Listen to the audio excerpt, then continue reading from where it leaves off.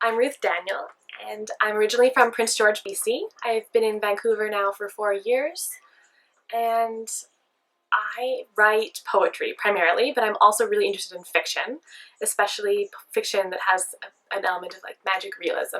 A lot of my work is really influenced by fairy tales. I've had my work featured in a bunch of journals across North America, and I'm starting to get my fiction out there as well as my poetry. And I'm very excited about writing in general and reading things that challenge me and keeping things exciting. I've been interested in storytelling forever, I think. And I think that part of that is the idea of reading from a very young age and being read to from a very young age. My mother has been the circulation supervisor at the public library in my hometown, Prince George, and she is just an enthusiast for books, and so she would bring home books and read to my brother and I every night, and they've just always been a really positive force, and I wanted to make my own stories. Like I was just like, oh, I could do this too, and so I was like writing stories and poems and just sort of excited about all of that from a very young age.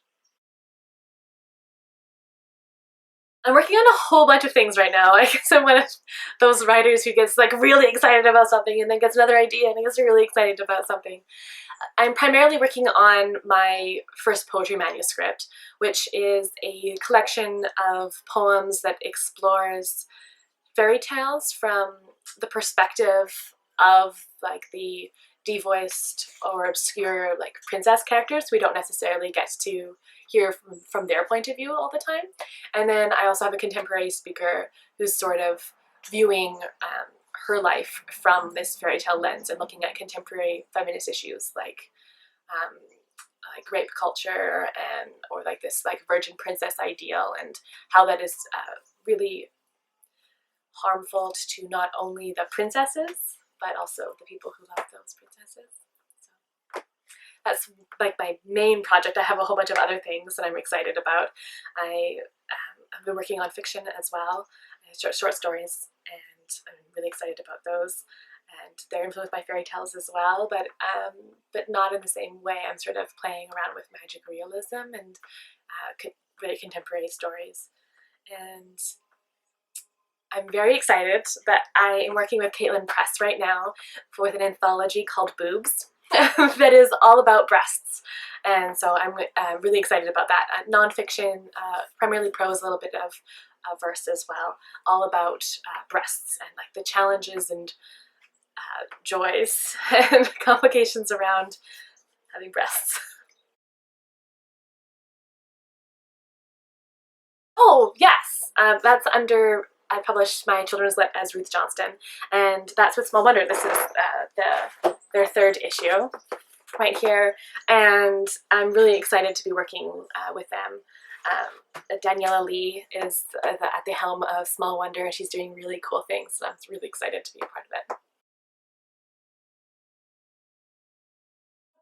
Part of the project with my fairy tale manuscript is a series of poems that are from the point of view of these different female characters, and some of them are from the point of view of like the title character. I have a sonnet sequence that's from the point of view of Rapunzel, but I also have ones that are from the point of view of characters who are more secondary characters, and one of my favorites of that is the third eldest sea princess, and I'm super excited that Grain took it because it's 7 pages of like mermaid poetry. Not everybody in the whole world would be as excited about that as I am, so I'm really wonderful and excited about that.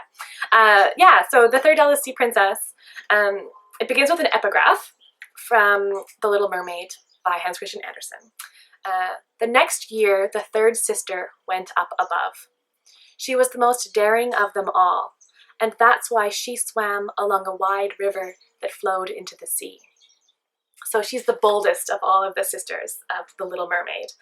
And I think that's really interesting to think about how she would have felt, what she was thinking and feeling as she lost her little sister to this idea of true love that was never realized. And so that's what that poem is about, sort of her story. I've been really excited about my short fiction lately. I'm primarily a poet, but I think that something has recently clicked for me with my short fiction, and I've been really excited about exploring magic realism and just like having these regular literary fiction sort of stories, but then throwing an element that makes them strange. I have a story that's coming out soon, the fall, that is basically the story of like this regular woman who's like staying at home on her Mondays because she doesn't work on Mondays, and then she realizes that her houseplant is starting to talk to her, and so things like that. But I think that for my poetry, which is always going to be my first love, something that I'm really exploring right now is the idea of white space on the page. So I get teased good-naturedly, of course, by fellow poets that my poems tend to be these like long blocks of text that often go on off of the first page, and they don't have any stanza breaks. They're just these long things. Even my sonnets are like nice little pretty little boxes of text. And something I've been thinking about more is white space and how that changes the music of a poem. And I mean, form and content can never really be divorced anyways. So what happens if I'm using white space more intentionally? Is that going to change what kind of subject matter that I'm actually dealing with? Is that going to do other things to the music of the poem? So I've been experimenting with tercets and couplets and just seeing if by writing a little bit contrary to my long, blocky, stanza-less poems, what that does. So I've been sort of challenging myself with the new poems with using white space more. I enjoyed a lot of things about the program. I was really excited about the fact that UBC requires you to take more than one genre. And in my undergrad at UVic, where I just had a fantastic experience, I was doing a double major, and so I really like focused all my energies onto poetry, even though I really still had an interest in other genres. And so having that space or that time that, you know, I was required and blessed to put towards other genres was really fantastic. So getting to have a workshop that was all about children's literature was fantastic, and having the space to work with other fiction writers was super stimulating and really confidence building, I think, for me as someone who has put so much of my time into poetry, to be like, oh no, fiction, yeah, I can do that. I think I can do that. Yeah. And to do that with so many fantastic, talented peers. I think that for me, writing is, I mean, for everybody, writing is really something you do like by yourself at your desk.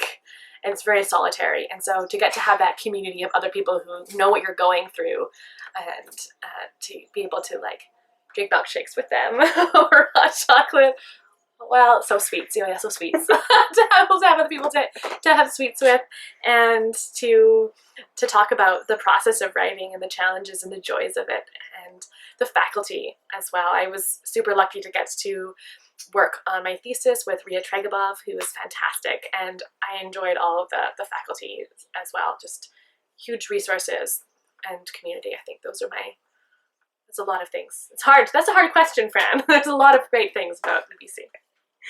Well, I just really want to thank you for coming and taking the time to talk about your work and just what you're doing. So thank you. Well, thank you very much.